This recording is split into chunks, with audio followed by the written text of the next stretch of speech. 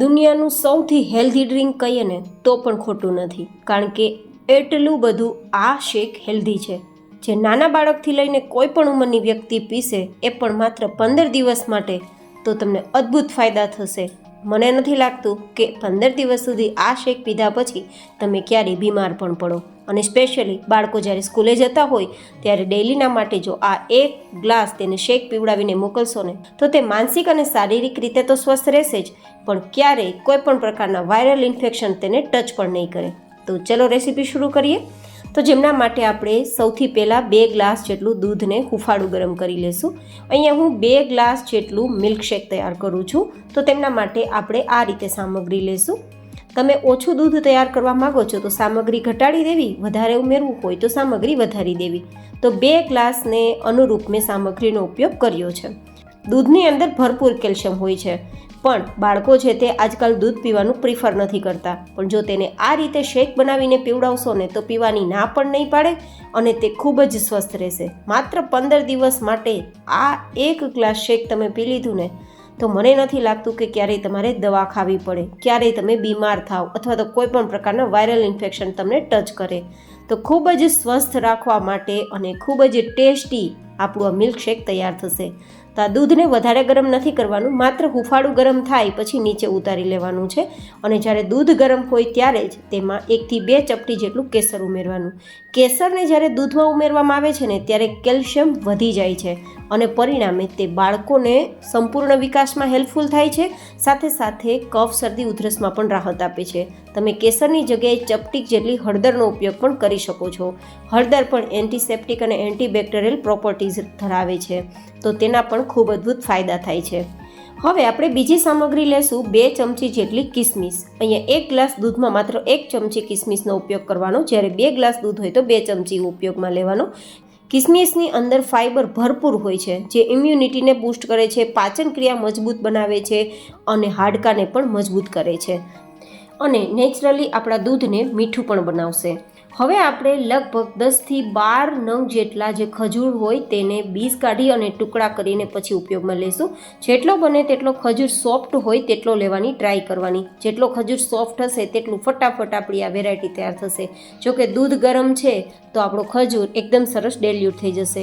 ખજૂરમાં પણ એન્ટીઓક્સિડન્ટ ભરપૂર હોય છે, તો તમારા મગજને, હાડકાને, પૂરા શરીરને, પાચન ક્રિયાને મજબૂત રાખે છે અને રોગ પ્રતિકારક શક્તિ વધારે છે. સાથે સાથે તે કુદરતી રીતે જ દૂધને મીઠાશ પણ આપશે. તો આર્ટિફિશિયલ શુગર ઉમેરવાની પણ જરૂર નહીં રહે, જેથી આ આપણું દૂધ છે તે ખૂબ જ ટેસ્ટી બનશે. સાથે સાથે તેના અદ્ભુત ફાયદા પણ છે. હવે આ રીતે થોડીવાર માટે ચલાવશું ને તો લગભગ આપણો ખજૂર અને કિસમિસ દૂધ ગરમ હોવાના કારણે એકદમ મેશી થઈ જશે, એકદમ ગળી જશે. છતાં આપણે 10-15 મિનિટ માટે તેને સાઈડમાં રાખી દેવું. જો તમારે થોડી ઉતાવળ હોય તો દૂધને વધારે ગરમ કરી અને પછી આ 2 સામગ્રી ઉમેરવાની, તો ફટાફટ ગળી જશે. પણ દૂધ ઓછું ગરમ થાય તે વધારે જરૂરી છે, કારણ કે નહીં તો એને ઠંડો થવામાં પણ સમય આપવો પડશે. બીજી સામગ્રીનો પાવડર તૈયાર કરી લઈશું અને તે છે દાળિયાની દાળ. જે દાળિયા હોય છે ને તેના ફોતરા કાઢી અને પછી મેં અહીંયા લગભગ 4 ચમચી જેટલા લીધા છે. 1 ગ્લાસ દૂધમાં 2 ચમચી દાળિયા, 2 ગ્લાસ દૂધમાં 4 ચમચી જેટલા દાળિયા લેવાના.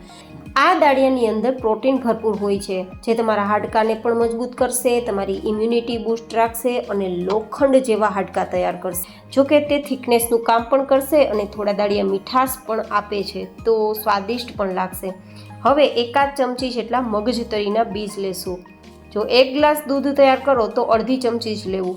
મગજતરીના બીમાં કેલ્શિયમ અને ફાઇબર પણ ભરપૂર હોય છે જે શારીરિક અને માનસિક બંને રીતે સ્વસ્થ રાખશે. સાથે 4 નંગ જેટલા કાજુ લેશું. કહેવાય છે કે દિવસ દરમિયાન 4 થી 5 નંગ જેટલા જ કાજુનો ઉપયોગ કરવો જોઈએ.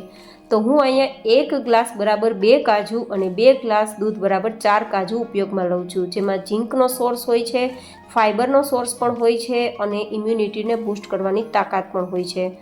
હવે આ બધી જ સામગ્રીઓનો આપણે પાવડર તૈયાર કરી લઈશું અને પછી આપણે જે સામગ્રીઓ પલાળવા છોડી છે ને, ખજૂર, કિસમિસ અને દૂધ, જેમાં આપણે કેસર પણ ઉમેર્યું છે, તે બધી જ વસ્તુ સરસ ગળી ગઈ છે, તો આમાં ઉમેરી દઈશું. તો આ રીતે આપણું મિલ્કશેક છે તે તૈયાર થઈ ગયું છે. આપણે ઉમેરેલી સામગ્રીઓના કારણે તે થોડું થીક થયું છે જેથી ટેસ્ટ પણ સારો આવશે અને આપણે નેચરલ સ્વીટ ઉમેરીને આપણે આ મિલ્કશેક તૈયાર કર્યું છે, જે નુકસાન તો બિલકુલ નથી થવાનું, પણ તેના અદ્ભુત ફાયદા થશે અને જે પીશે તે વારંવાર પીવાનું પ્રિફર કરશે. તો જ્યારે બાળકો દૂધ ના પીતા હોય, દાળિયા ના ખાતા હોય, ડ્રાયફ્રૂટ્સ ના ખાતા હોય, તો આ રીતે તેને આ પ્રોટીન મિલ્કશેક તમે પીવડાવવાની ટ્રાય કરજો. તેમને પસંદ પણ આવશે અને ઇમ્યુનિટી બૂસ્ટ રહેશે. અને જો રોગપ્રતિકારક શક્તિ તેમની સારી રહેશે ને, તો બાળક તમારું ક્યારેય બીમાર નહીં પડે. જોકે હું તો કહું છું કે કોઈ પણ ઉંમરની વ્યક્તિને 15 દિવસ માટે આ દૂધ પીવડાવવામાં આવશે ને, તો તે ક્યારેય બીમાર નહીં પડે. ફરી મળીશું એક નવી જૈન હેલ્ધી રેસીપી સાથે. ત્યાં સુધી stay healthy and stay happy.